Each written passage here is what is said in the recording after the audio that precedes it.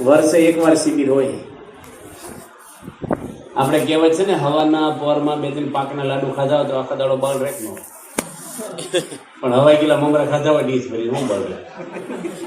એમ આપણે આખો દાડો આજે ભૂંગળી ભરી લીધી બરાબરની. જગત યાદ જ આવ્યું નથી કોઈને. મોબાઈલ, ટીવી કે ગામ, દુકાનો, ખાવાનું કશું નહીં, હગાવાલા, ઢોર, ભેંસું કશું કાંઈ નહીં, બે ગયા બધા. હવે આપણે આનું રિઝલ્ટ શું છે? આજ્ઞા છે. ગમે તેટલી ઘર સભા કરો ને, એવી રીતે સંપ નથી થતો. આજ્ઞા છે ને એ મુખ્ય છે. આખી દુનિયામાં બધાને જ્ઞાન છે, ભેગા બેસીને ઘણા જમતા રહેશે, પણ ગુરુની આજ્ઞા અવિચારીને. શાસ્ત્ર માત્રનું સાર ગુરુની આજ્ઞા છે. કારણ કે ગુરુ છે ને એ ભગવાનનું સ્વરૂપ છે. સત્યકામ જાબાલી જ્ઞાન લેવા આવ્યા ગુરુ આગળ, એને ગાયું ચારવા મોકલ્યા. એક ગાયમાંથી 400 ગાય થાય ને તારે પાછો આવજે કે. એ બોલ્યો નહીં કે હું ઢોરા ચારવા નથી આવ્યો. ભગતજી મહારાજ પણ જો ગુણાતીતાનંદ સ્વામી આગળ આવ્યા, હું કામ કર્યું? ગુણા સ્વામીની આજ્ઞાથી બધું જ કામ કર્યું. મુંડન નહીં કર્યા, ચૂનાની ભઠ્ઠીનું કામ કર્યું, અને બેહી ગયા આખી દુનિયાના 65 દેશોમાં. દરજીના દીકરા હતા, 4 ચોપડી ભણી. આજ્ઞા છે ને મોટી છે વસ્તુ. મન ધારે કરોડ નિયમ પાડે તો કલ્યાણ ન થાય. ગુણેશ સ્વામી લખ્યું છે. આ છોકરાઓ બેઠા છે, બાળકો અહીંયા. પરીક્ષામાં આવડે લખાય કે પૂછે લખાય? આવડે, બરાબર. પૂછવા વાળા શું ખબર પડે? સત્સંગમાં આવે એમ નથી કરવાનું. દવાખાનામાં ગયા, ડોક્ટર કે એમ દવા થાય. એમ આપણે સત્સંગમાં આવ્યા છીએ, આપણે ગુરુ મળ્યા છે. અનંત કોટી બ્રહ્માંડમાં નથી એવા પુરુષ મહંત સ્વામી મહારાજ. પવિત્રમાં પવિત્ર આ દુનિયા પર ક્યાંય એવા પુરુષ નથી. એની આપણે પ્રાપ્તિ થઈ છે. અક્ષરધામની ચાવી પ્રમુખ સ્વામી મહંત સ્વામીને આપીને ગયા છે. આપણું કલ્યાણ છે અહીંયા. એમનેમ નથી ખાલી વાતો ભગવાનની. અને ગુરુની આજ્ઞા છે ને, એમાં બધું જ આવી ગયું. બુદ્ધિમાં બેસે કે ના બેસે તે પહેલા એક પ્રશ્નનો ખુલાસો કરી નાખી, કારણ કે ઉતાવળ ઘણી થી ટાઈમ થઈ ગયો હતો. આગલા પ્રશ્નમાં મેજોરિટી 2-3 પ્રશ્ન એક સરખા આવ્યા હતા. એટલે ઘણા બધાને આ હશે કે ભાઈ ઘર સભામાં પરિવારના સભ્યો રસ નથી લેતા. કોઈ લખ્યું દીકરા નથી બેસતા, કોઈને પતિ નથી બેસતા, કોઈને રસ નથી, 10 મિનિટમાં પતાવવાનું કે છે. આ બધા જે પ્રશ્ન કોમન આવ્યા, અને હકીકત છે ભગવાનનો માર્ગ હાર્ડ છે. આનથી કોઈ મોટો માર્ગ ઓછો નથી. કઠણમાં કઠણ હોય ને આ દુનિયામાં ભગવાનનું ધામ લેવું, એ કારગિલમાં લડવું હેલું છે. પાકિસ્તાન સામે લડવા લોકો જઈએ કે અમેરિકા સામે લડે, પણ માયા સામે લડવું ને ભલભલા આવી જાય. એ ગુરુનું બળ આપે. સ્વામી કહે છે ને કે નાગ હોય ને મહાદેવના ગળા મારે, ગરુડ સામે ફૂફાડા મારે. ગરુડ તો ખાઈ જાય નાગને, પણ ગરુડ સામે ફૂફાડા કેમ મારે છે? ગરુડ કે છે તું મહાદેવના ગળામાં છો ને એટલે મારે સામે ફૂફાડા મારે, બહાર નીકળ ખબર પડે. એમ આપણે બાપાના શરણે આવ્યા છીએ ને, અને સર્વોપરી ભગવાનના ખોળે બેઠા છીએ. મોટા મોટા ઋષિ મુનિઓને, દેવોને જે પ્રાપ્તિ નથી ને, એવું દિવ્ય અક્ષરધામના અધિકારી આપણે બધા બની ગયા છે. સામાન્ય નથી આ. આપણે તમારો દીકરો ગમે તેવો હોય, વારસદાર એ છે મિલકત. આપણે ગમે તેવા છીએ, જે છીએ કોને ખોળે આવ્યા છીએ? ભગવાનના. બસ. એટલે હવે આપણું કર્તવ્ય શું છે? શિષ્યનું ગુરુની આજ્ઞા પાડવી. આપણે બાપા કોઈ એવી આજ્ઞા નથી કરતા તમે સારા લુગડા ન પહેરતા, સારું મકાન ન બાંધતા, ગાડી ન ફેરવતા, તમે આ સારું ખાતા નહીં, તમે તમારી રીતે રહો સગવડ હોય તો. પણ અમુક બોર્ડર બારના છે. આ કેવું છે કે 2 જણા મુંબઈ જતા હોય, અને બેયની આગળ ચોખાના બાસકા હોય 2 મણના, તો એક માથે લઈને બેહે રેલગાડીમાં, અને એક નીચે મૂકીને બેહે પગ નીચે. કાયદો નથી રેલવેનો માથે લઈને બેહવાનો, પણ ભાઈ માથે લઈને બેઠા. બેને મુંબઈ તો આવે, પણ એકને દુઃખી થતા આવશે, ઓછી રહી જશે, અને એક નીચે મૂકીને એને મુંબઈ આવશે. આપણે બધા અક્ષરધામમાં તો જશું જ, પણ આ સ્વભાવ છે ને આપણા, એટલે દુઃખી થતા જીવન જીવું છું. અને જો સત્સંગ કરીને આજ્ઞા પ્રમાણે, તો આ લોકમાં સુખી થતા આ લોક સુખી, પરલોક તો છે જ આપણો. એટલે ભગવાન આપણે આજ્ઞા કરી છે બાપા ઘર સભાની. એટલે ઘર સભામાં જે નથી રસ લેતા, નથી બેસતા, આમાંથી ઘણા એવા છે ઘરમાં સહકાર નહીં આપે. તો એને અમુક વસ્તુ કેવું છે, બેનો હોય એનો પતિ રસ નો લે તો પતિનું કામ થોડુંક વધારે કરવું જોઈએ, એને બધું તૈયાર કરી દેવું હોય, એના ભાગનું કામ હોય ને આપણે કરી લેવું, બંને એટલું. બીજું કે કોઈની પત્ની નો બેહે, હાહુ નો બેહે, તો તમે રસોડામાં થોડીક મદદ કરો એને. રસોઈ બનાવતા જ આપણે કહી લઉં શાક સુધારું, મરચાં સુધારી દઉં, રોટલી સોપડતા આવડે ને વણતા ન આવડે, થોડુંક તો કરી. એક ભાઈ બોલ્યા અમદાવાદમાં, હું 2 કલાક પરિવાર માટે રોજ ફાળવું છું. એનો છોકરો કે નો ફાળવે સારું છે, માથું ખાઈ જાય 2 કલાક અમારું. સલાહ આપ્યા જ કરે. એટલે ઘરની અંદર એકાબીજીને સહકાર જો તમે આપો ને, એ જે લાગણી થાય ને એ બહુ સાચી લાગણી. એકાબીજીનું કામ કરી લેવું. પછી હું મોટો છું, નાની ફરજ આમાં આવતું જ નથી. આ કોઈ નોકરી ધંધા કે કંપની નથી, ફરજ બધાનું કામ કરવું. અમારે મોટા સંતો જૂના હોય તો નાના સંતોનું કામ કરીએ, કોઠારી હોય તો એ શાક રસોઈ બનાવવા બેસી જાય. અહીંયા કંઈ એવું આવતું જ નથી. એટલે આપણે પરિવારની અંદર બધાને એકાબીજીનો સહકાર દેવો જોઈએ. કોઈ જમવા બેસે તમે પાણી ભરી દો તો એ ભરવા દે ના, તમે બે હું ભરી દઉં. પાણી સામાન્ય વસ્તુ, રાજી કેટલા થાય. ડીશ લઈ લો તો પછી ડીશ લઈને શું કે એ પછી મારે લેવી હું ડીશ બધી મૂકી આવ્યો છે, એ પછી મેટર નહીં વાપરવાનું. તો આના કરવું પાછા કરી પાછું કઈ બતાવે પાછું, એટલે પહેલા ડાઉન દેખાય. એટલે એકાબીજીને સહકાર દેવાનો. બીજી આપણે વાત આજે આ વિષય કયો છે અત્યારે, આજ્ઞાથી ઘર સફા કરવાની. બુદ્ધિમાં બેસે કે ના બેસે, દવામાં કઈ ખબર પડે તમને? પણ પી છે કે નહીં? પહેલા તો આપણે દવાખાને જતા ને શીશી લઈને જતા કાચની, લાલ પાણી ભરી દેતા, અને ઉધરસ હોય, તાવ આવ્યો હોય, ગમે તે રોગ હોય એ ડોલ ભરી હોય એમાંથી બધાને ભરી દેવાની. અંજીસંગ ભરીને આવે ખબર પડે છે આપણને મેલ હું ભર્યું છે. આમ કરતા હોઈ જાવ, હું ભર્યું દેખાડો, માકડ મારવા દવાની જ બધી છે ને. વિશ્વાસ છે આપણો તો ગુરુનો વિશ્વાસ કરવો કે બાપા છે એની આપણે ઘર સભાનું કીધું છે. આપણી બુદ્ધિમાં બેસે કે ના બેસે, ઘર સભા કરો ને રિઝલ્ટ આવે ને આવે છે.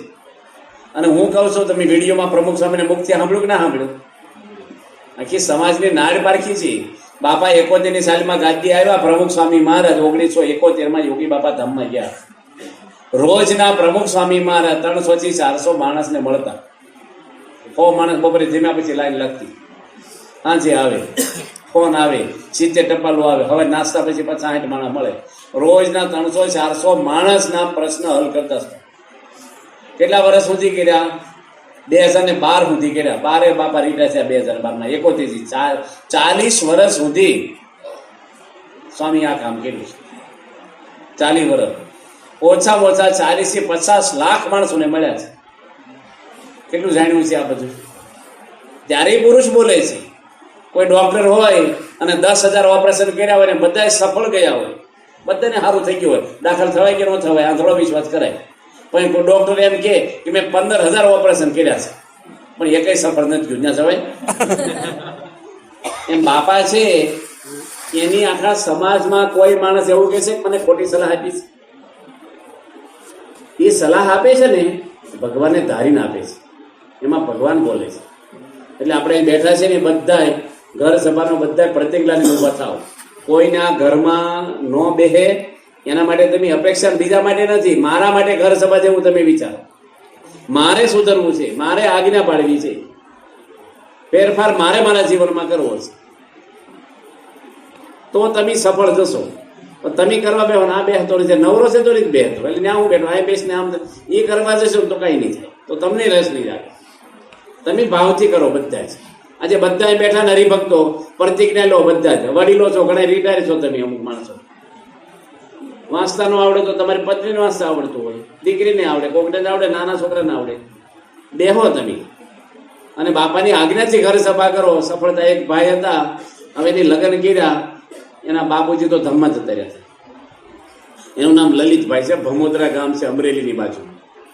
હવે લગ્ન કર્યા પછી એના ઘરમાં ઝઘડા શરૂ થઈ ગયા. એટલે એ ભાઈ કંટાળીને સારંગપુર આવ્યા, સંતોને વાત કરી કે સ્વામી આ ઘરમાં આવે મને આમ એ થઈ ગયું છે નફરત.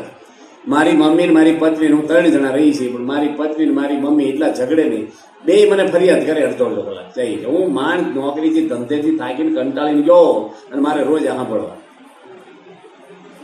શું કરવું.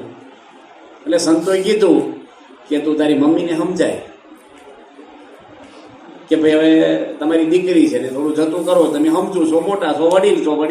વડીલ એટલે વડું મન દિલ છે જેનું મોટા, વડીલ એને જ કહેવાય. જેનું વડું દિલ હોય ને એને વડીલ કહેવાય, નકર ગઢા કહેવાય. મોટું મન રાખો થોડું. એ કે મારી મમ્મીને મેં સમજાવું છું, તારે એમ કે તારી વહુને સમજે મને શું સમજાવે છે, તું વહુ ગેલો થઈ ગયો. અને મારી પત્નીને સમજાવું તો એમ કે તું માવડીઓ છો, તારી માને સમજે મને શું સમજાવે. એટલે મને શું કરવું? સંતો કે બાપાએ આજ્ઞા કરી છે ઘર સભા કરવા, એ કરો.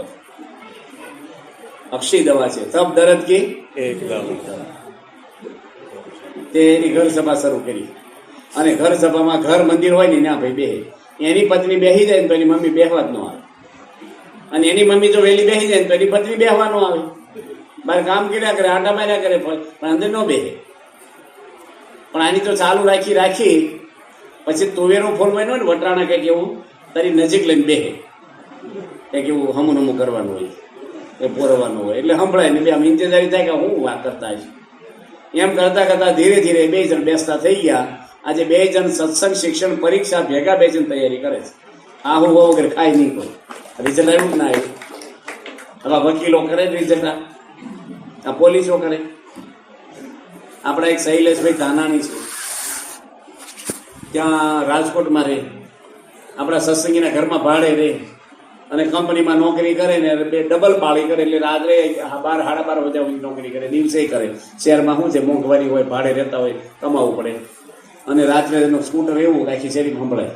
એટલે એની બૈરીને કીધું કે તારો તમે જો ક્યાં રખડીને આવે, રાત્રે ઓછી નોકરી હોય કે હા સૌજે આ તો શહેર રંગરેલા થઈ જાય, રંગેલા અને બધું નાખ્યું આ. અને આ પત્નીને ફીટ થઈ ગયું ને એના પતિને કીધું તું ચારિત્ર વગરનો રખડું છું, નામ છો જે બધું જામી.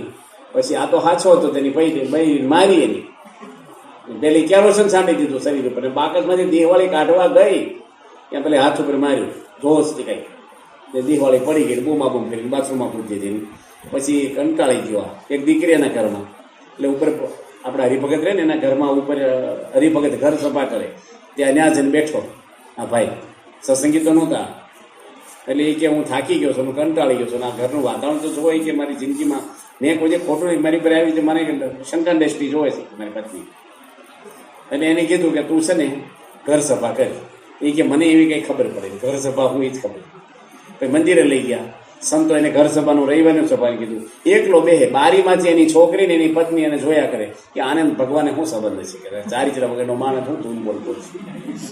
હવે એ માણસને પણ એટલું બધું લાગી ગયું ને ભગવાનનું કે ધીરે ધીરે એની પત્ની બેસતી થઈ ગઈ.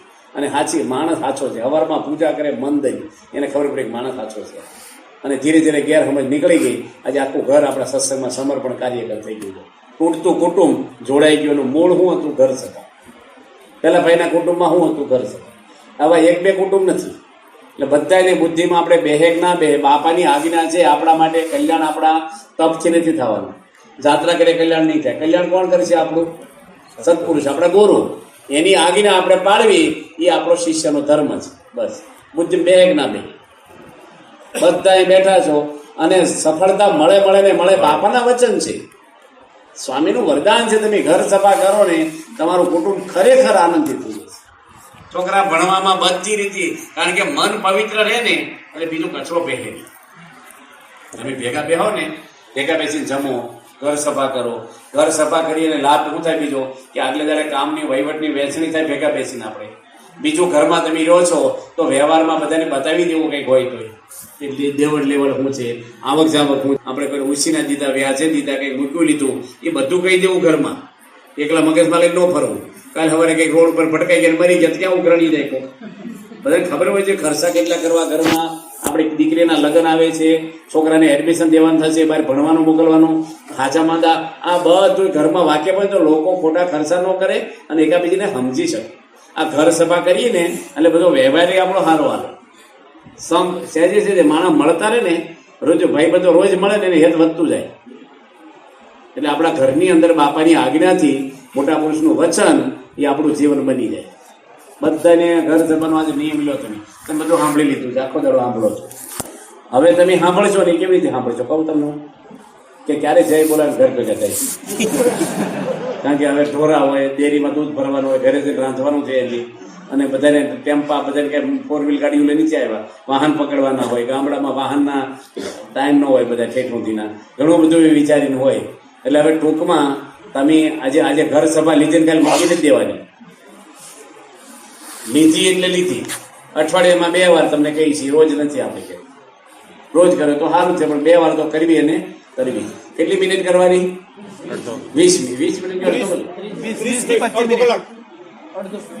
20 થી 25 મિનિટ. 30 થી 30 મિનિટ કરો બસ.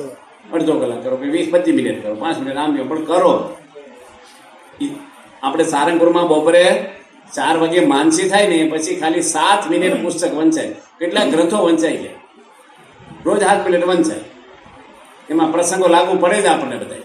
મોટા પુરુષના જીવન ચિત્રો વાંચી, નાની નાની પુસ્તિકાઓ વાંચી, કહેવું ના પડે. મારો બાળ પ્રકાશ આવે છે તો 2 બાળ પ્રકાશમાં કેવી વાતો આવે? એક છોકરો બ્રશ કરતો હતો ને એક નહોતો કરતો. નાનો ભાઈ બ્રશ કરે, મોટો ન કરે. બ્રશ ન કરે ને એના દાંત હળી ગયા. પેલો બ્રશ એને કહેવું ન પડે તો બ્રશ કરે. નાના એ વાંચીને જ કરવા મળે, વાર્તાના રૂપમાં આપે. એમાં ઘર સભામાં રોજ થોડું થોડું વાંચીને કંઈક લાગુ પડતું જાય ને આપણો ફેરફાર થતો જાય. બરફ છે ને બહારથી ઓગળે, હોનું અંદરથી ઓગળે, ખબર ના પડે ને અંદર ફેરફાર થઈ જાય. તમે બધા આ એક્સિલેટર જેવું છે, દાદરો આવે ખબર, દાદરો છે, પણ શાંતિ જોઈએ છે તો ઘર સભા કરવી પડશે. રામાયણની અંદર રામ ભગવાનના કુટુંબમાં તિરાડ પડી ગઈ છે. મહાભારત એક પરિવારનો ગ્રંથ છે, કૌરવ પાંડવ એક પરિવારના, એમાં તિરાડ પડી છે. જો તમે ઘર સભા કરશો, દુનિયાની કોઈ તાકાત નથી તમારા પરિવારને તોડી શકે. તમારા પત્નીનું તમારું ચારિત્ર સારું રહેશે. કોઈ ભાઈ વધારે કમાતો હોય, ઓછું કમાય, ગામના માણસો કહે છે તું અલગ થઈ જતા, એટલી બધી કમાણી છે, તારો ભાઈ તો કઈ કમાતો નથી. મારો ભાઈ છે, એના માટે મારું જીવન છે. આવી વાત મન ના કરીશ. લક્ષ્મણના રામના સંબંધ હતા નિયમી છે, ભલે ના કમાય, મારો ભાઈ છે, એની સેવા હું કરીશ. આવું આને જડબાતોડ જવાબ દેવા, વાત સાચી છે. એ એને ઘરવાળે કે આ ભાઈ આવું કહેતા હતા, એટલે હરપત થાય કે નહીં નોખા થવાનું. આપણું એક જ રહેવું જોઈએ કુટુંબ, એક જ. હમણાં રાયપુર 25 જણા એક રોડે જમે છે. તોડવો હોય તો તૂટે નહીં. રોજ ઘર સભા કરે છે. બાપાની આજ્ઞાથી વિદેશોમાં લોકોને ટાઈમ નથી ને ઘર સભા કરે છે. કેટલા બધા માણસો, દુનિયાના ઉદ્યોગપતિઓ ભેગા બેસીને ભોજન કરે, સત્સંગ કરે, મીટિંગ કરે, પરિવાર સાથે બેસે. એટલે બધા આપણે આ બધા બેઠા છો અહીંયા, ઊંચી આંગળી કરો. તમે ઘર સભા કેટલા કરશો? વ્યવસ્થિત કરો. થોડી વાર રાખો, એટલે 2 મિનિટ ખર્ચા ઊંચી આંગળી કરો. ઘર સભા કરવાના હોય ને એટલા કરો બસ. હવે તમે મૂકી દો. તો હવે જે નવા નિયમ લીધા કરતા હોય ને એ ના કરતા ઊંચી આંગળી, અત્યાર સુધી કરતા હોય, ન કરતા હોય ને હવે જે નિયમ લીધા હોય ને એટલા ઊંચી આંગળી કરો. તો આજથી આ સભા સાંભળીને તમને શું મારે ઘર સભા કરવી છે?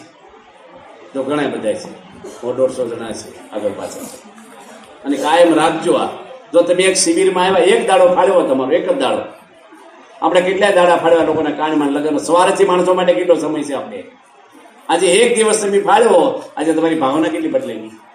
તમે 4 ધામની યાત્રા કરીને આવો ને એની કરતાં વધારે પોષણ મળી ગયું તમને, ખર્ચા વગેરે. તો આપણે બધા અહીંયા બેઠા છીએ, આવા નિયમ આપણે લઈએ. આપણા ઘરમાં નાના મોટા પ્રશ્ન બને, સુખ દુઃખના બને, કોઈના સભા હોય, પણ આ સભા જ એની એક દવા છે. યોગી બાપા એક દર્શન આપતા પૂરું કીધી કઈ. એક રાજા હતા. એ રાજા છે ને, એની જોડે રાણીને અબોલા થઈ ગયા. 2 વચ્ચે દિવાલ થઈ ગઈ. શેમાંથી આંટી પડી ભગવાન જાણે, પણ આંટી પડી ગઈ હારી એવી. અને રાજા મૂંઝાય ને રાણી મૂંઝાય. ઘણી વાર હું 2 જણને આવું થઈ ગયું હોય, પણ કોઈક પાછા વચ્ચે મળે તો પાછું જોઈન કરી દેતા હોય છે. તે એક વૈદ મળ્યા. વૈદ કે ગમે તેવા દુઃખ મારી દવાથી દૂર થઈ જાય. કે અમારે રાજા રાણીને આંટી પડી ગઈ છે કે એ દૂર થઈ જાય. એવી દવા એ કે કોઈ પણ લાવો ને તમે દુનિયાના પ્રશ્ન ફાંકી આપે. અને ફાંકી એવી આપે કે 10, 15, 25 વાર ઝાડે જવું પડે. તે રાજાને સમસો ભરીને ફાંકી આપી. રાજાને એટલા બધા ઝાડા થઈ ગયા ને, એટલી નબળાઈ આવી ગઈ ને, હા વીકનેસ આવી ગઈ ને, રાણીને કોઈ સમાચાર આપે બોલી નહીં, એકતા મરી જશે આ. તે રાણી તરત ગયા ખબર કાઢવા. અને ઘણા દાડાથી બોલ્યા નહોતા ને, એટલે વરાપ આવેલી બોલવાની બેને, આમ તરત થઈ ગઈ પાછી. તો હું કેમ કરતા છું, કેમ છે હવે? પછી બેને થઈ ગયું એને એ લાગુ પડી ગયું ને વૈદ્ય દવા લાગુ પડે જ છે કે એમાં એક કુંભાર હતા કે ભાઈ મારો ગધેડો ખોવાઈ ગયો છે કે ફાંકી લે વાંધો નહીં. એને ફાંકી આપીને ઝાડા થઈ ગયા ને વારી ઘણીયા થાય ને દૂર ન થઈ શકે. ગધેડો બિચારો સરતો સરતો કઈ પેલા ખાડા ઉતરી ગયેલો. આને વારી ઘણીયા સંડાસ જવાનું છું ને દોડા દોડી જોઈ ગયો ગધેડો અહીંયા છે કે મારું કામ થઈ ગયું.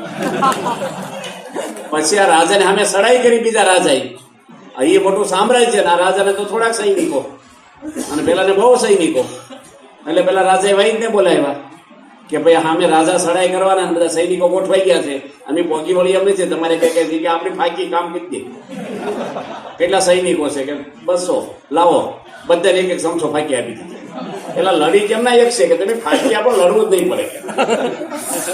તે બધા પહેલા જમાનામાં સંદાસ ની ડબલા લઈને બહાર જાય આહારવા, તે બધા સૈનિકો ડબલા લઈને જાય આવે, કારણ કે 25 વાર એક જણે ઝાડા થાય. પેલા આમાં રાજવાળા કે કેટલા બધા સૈનિકો છે એ કે એટલા તો સંદાસ જાય છે, ભાગી ગયા બધા કે આ તો 150 ખાલી 200 કે છે, અને કે તો હજારો છે, એટલા બધા ડબલા લઈને સંદાસ જાય એટલે બહુ છે હજારો કે.